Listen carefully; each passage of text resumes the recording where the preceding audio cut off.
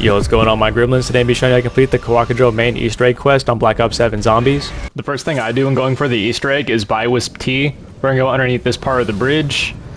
And in this first lava crack, we're gonna hold square on this plant. We're gonna need this for a later step, but it just makes it easier to grab it now. From the first ward, if we go to the kitchen and run all the way to the back on this shelf, we can smack this box of fruit. It's gonna drop a plum and we have to jump on it 3 times. This will also be used for a later step. You can do this at any time, but before you get pack-a-punched by this blood splatter, there's gonna be a part of a cup you can pick up. And right here on the shelf, we're gonna need this note. By depth perception, once you see that this lava is frozen over, we're gonna look for this little statue. We're gonna throw an explosive at it. It's gonna fly out and we're gonna pick it up. This can happen at any time in your game. Then you need to build the Necromancer Wonder Weapon. If you don't know how to build the Necromancer, I do have a guide for it in my Kowakujo playlist along with all the other Easter eggs for Kowakujo. Now we need to shoot these lanterns with the Necromancer. The first one we're gonna go to is in spawn, and you are timed for this. Since we're timed, I'm gonna start where the traps are at. We're gonna shoot the first lantern, run over here, shoot this one through the door, turn around, one across from speed, go through here, another one, past these doors, right here by depth perception, run forward. Now we're by melee macchiato, shoot this one, run through here, T area, in front of the big tree, run up here, right there, run back down, and by this entrance is another lantern. And then come down here, and across from the flag is the last lantern. After you light up the last lantern, from elemental pop, if we run through this door, there's gonna be a ghost. Hold square on it. After the ghost step, intel is gonna spawn right here. Now we're gonna go from pack-a-punch. We're gonna go out this door, and we're gonna hold square on these fish to fly the ninja kite. You wanna move both sticks to the right, and after you pass the tree, on this building right here is gonna be a ninja mask. There we go. Surely a valuable clue. After you get the mask, go to PhD, and in this corner is going to be a couple more masks on the wall. Place the mask on the wall, and it's going to play Simon Says. Only these masks could talk. So I have to kill 2 zombies with this mask, and then 1 with this mask, in that order. You gave them. These masks were not meant for you, demons. When you're ready to do it again, hold square.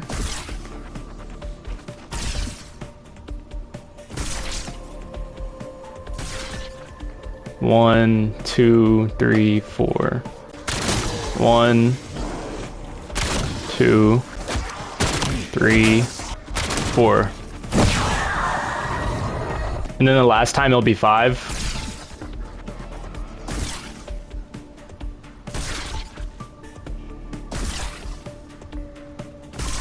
That's easy. Sweet. Now that you're done, hold square on the mask. After this step, an intel also spawns right next to the masks. Now we need to follow the mask. First it's gonna go on this shelf right here. We need to pick up this. A spark of joy. We're gonna go all the way upstairs, past the armor wall by. And in this corner on the beams is the second spot. Pick up the part. Then next to elemental pop in this barrier, all the way to the left on the wall, right here, and also pick up the part again. And then the mask is gonna go into the world seed. From Pack-a-Punch, if we jump down from the roof right here on this ledge, we're gonna be in the evidence room, and we need to place our evidence right here. And since this is the first step complete, it's gonna show the first painting. If you go by double tap, and we go through this door, by the arsenal machine, right here on this wall is going to be a basket. I think these are persimmons. Punch the basket, and the persimmon's going to be on the floor. Then we have to wait till next round, and a zombie's going to be eating it. After you place all the evidence, we're going to go to all the box locations, and we're going to be looking for this coin. We're going to need the box in that location, so if you have a fire cell, go ahead and use that. And if you don't want to use a gobble gum, you can get the free power-ups around the map. Just remember you have to get all of them before you get the fire sale. I do have a guide on my channel and a YouTube short. Once you make it to the box, throw Maneki Neko at the box. And buy the box.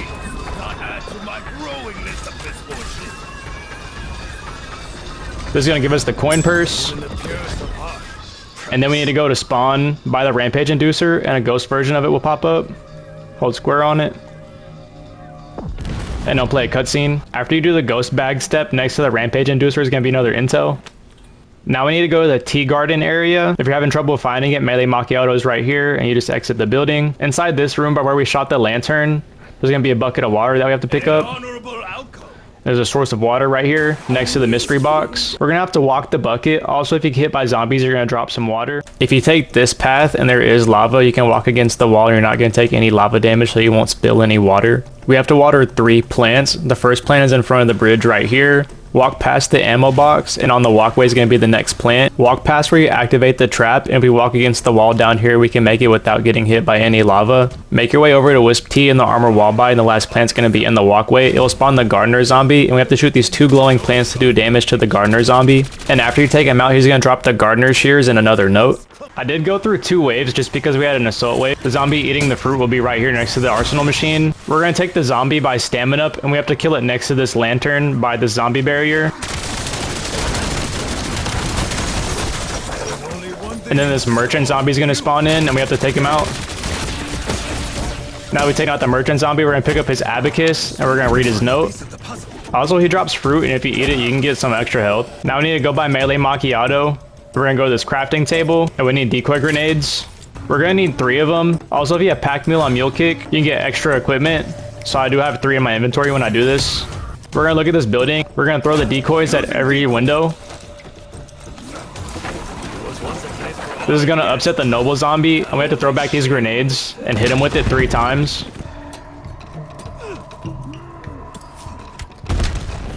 That's 1 hit.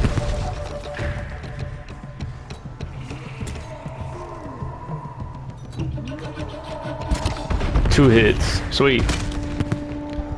He's gonna drop his hat, and you have to read another note. Go by the crafting table by melee macchiato. We're gonna do a charge attack on this beam that's lowered. It's gonna drop us an empty pouch. Go back to the evidence room and place all the evidence we just got. This will give us the second painting. We need to wait for a fissure to spawn on the map. You can see it on the mini map, and you can also hear it. It's whenever the ground starts shaking. We need to stand in the ash for a little bit. After standing in ash for a little while, your bag is going to fill with ash. If you go to key items and the bag looks like this, you know it's correct. From the big tree, we're going to go to this exfil machine, and in this corner is going to be a pot. We're going to place the flower that I picked up at the beginning of the game. And then we're going to place the ash that we just got. Now you want to find a cherry blossom tree. I found one by stamina up. If it's not activated, melee it 3 times. And wait for your screen to get this glow on it, and we're going to run back to the plant. In front of the plant, while we're glowing, we need to run in a circle and make a little tornado. And once the plant glows pink, we're going to have to pick it up. Next to mule kick, if we take a left and go through this door, right here's going to be some scrolls, and we're going to play a little puzzle. We need all the scrolls to be in. Whenever you shoot one, the ones next to it are going to go in. Once you've done it correctly, the scrolls are going to shoot out like this. It's going to give us the pestle and another note. Now we need brain rot for the next step. We're going to go to the kitchens area in the room with the yellow flag. Right here is going to be a bowl. Hold square on it, and it's going to glow green. Now use your gun and brain rot and take out zombies and fill the soul box. Now it's going to turn blue when we pick it up. After the ghost is done talking, back here the puffer fish is going to spawn in. We need to pick it up.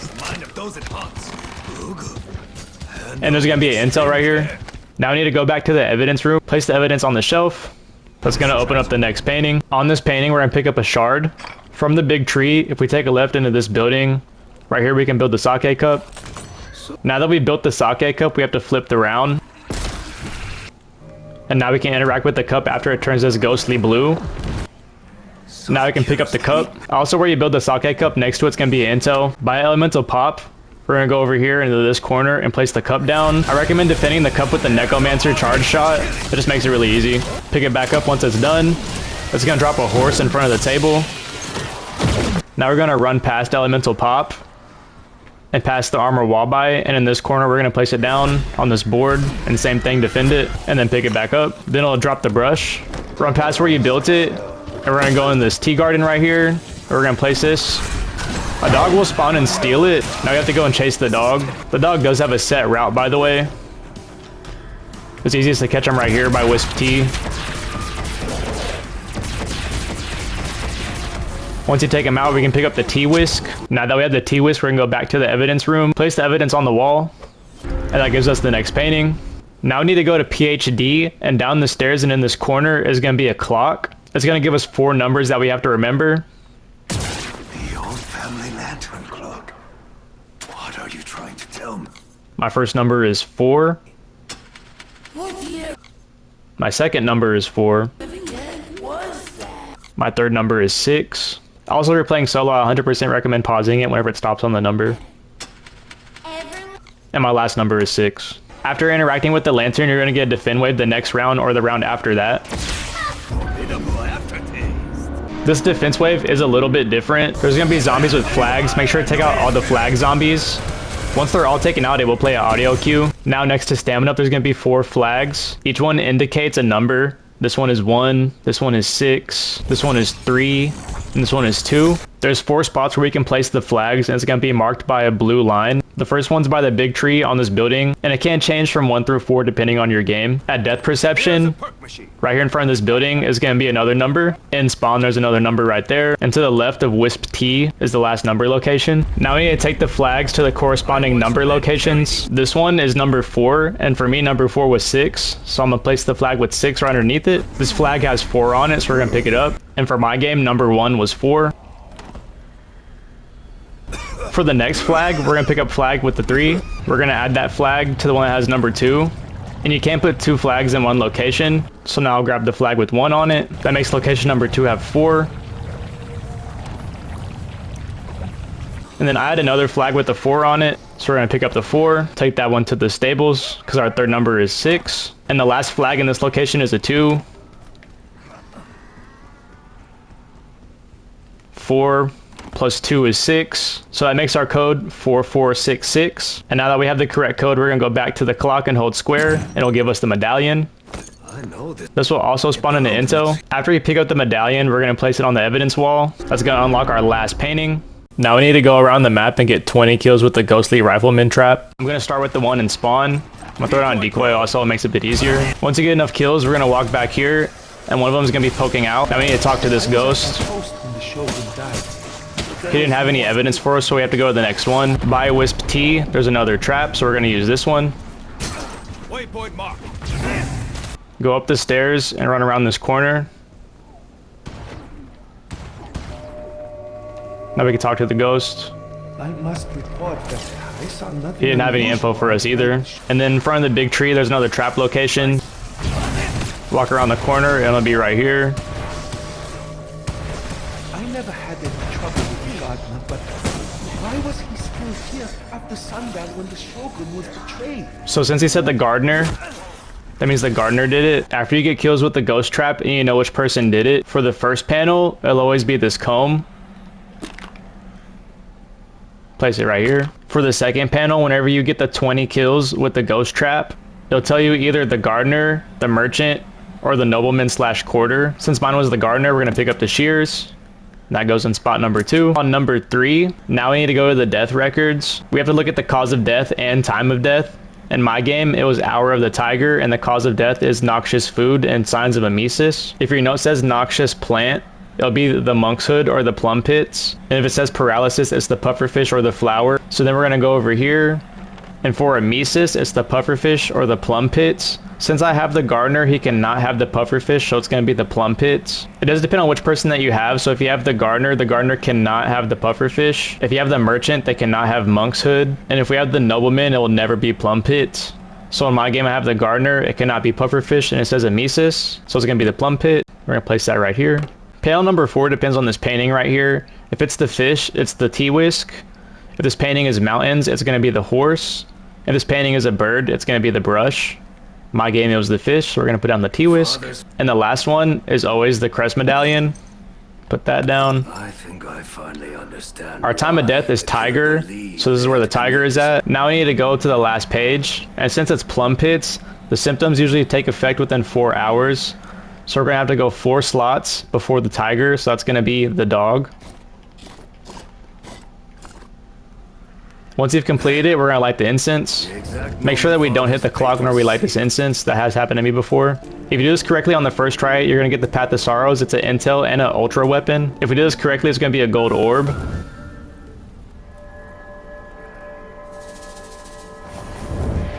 Perfect. Let's go. If not, it's gonna spawn in an Oni.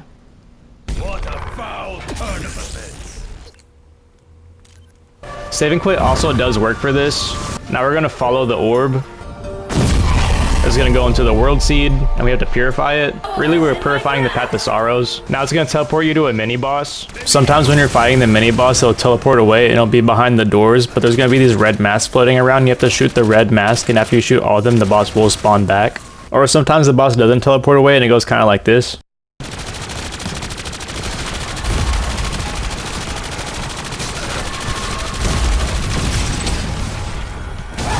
Then it's gonna teleport you back to Pack-a-Punch and you get this really cool cutscene. If the demons do not come, neither shall I.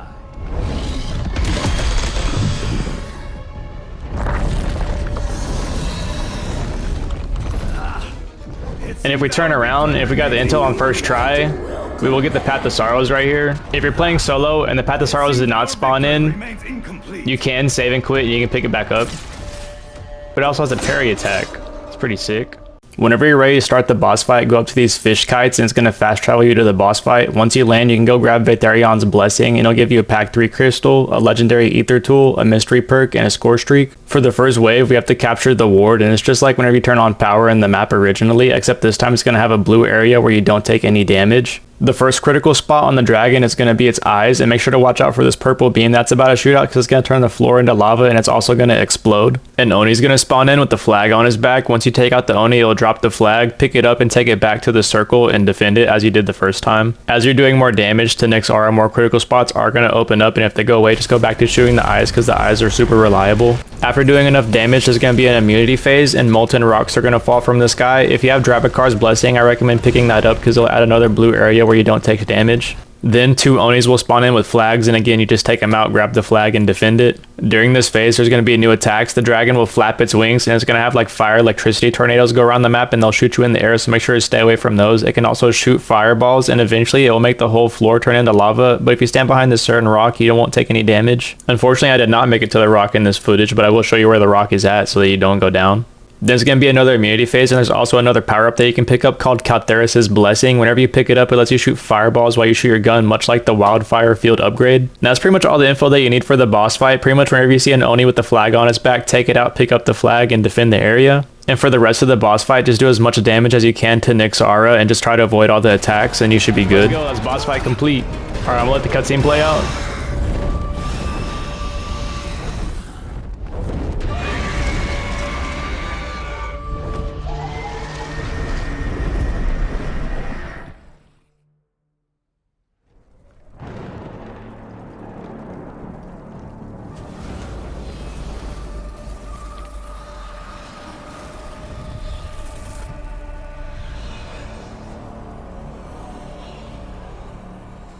NFL Shariktar.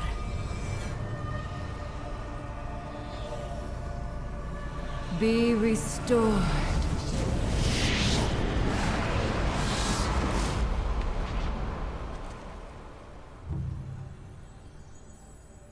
I had not dared feel hope.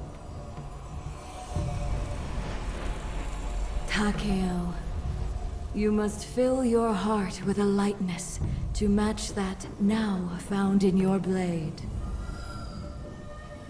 The chains that bound us 1,000 years lay broken by your hands. As our remembrance fills the Dark Ether's heart, it stirs. Its corruption must be cleansed. Unattended, it will rip the seams of this realm. Only when the old fires breathe once more can the seed truly awaken. If what has been is unmade, Then the resultant tear will sunder all realities. Seems our path is set. Even diminished, the one awaiting us is formidable. This battle will not be won by strength alone. The ones that matter never are. Whatever is to come, we face it as one.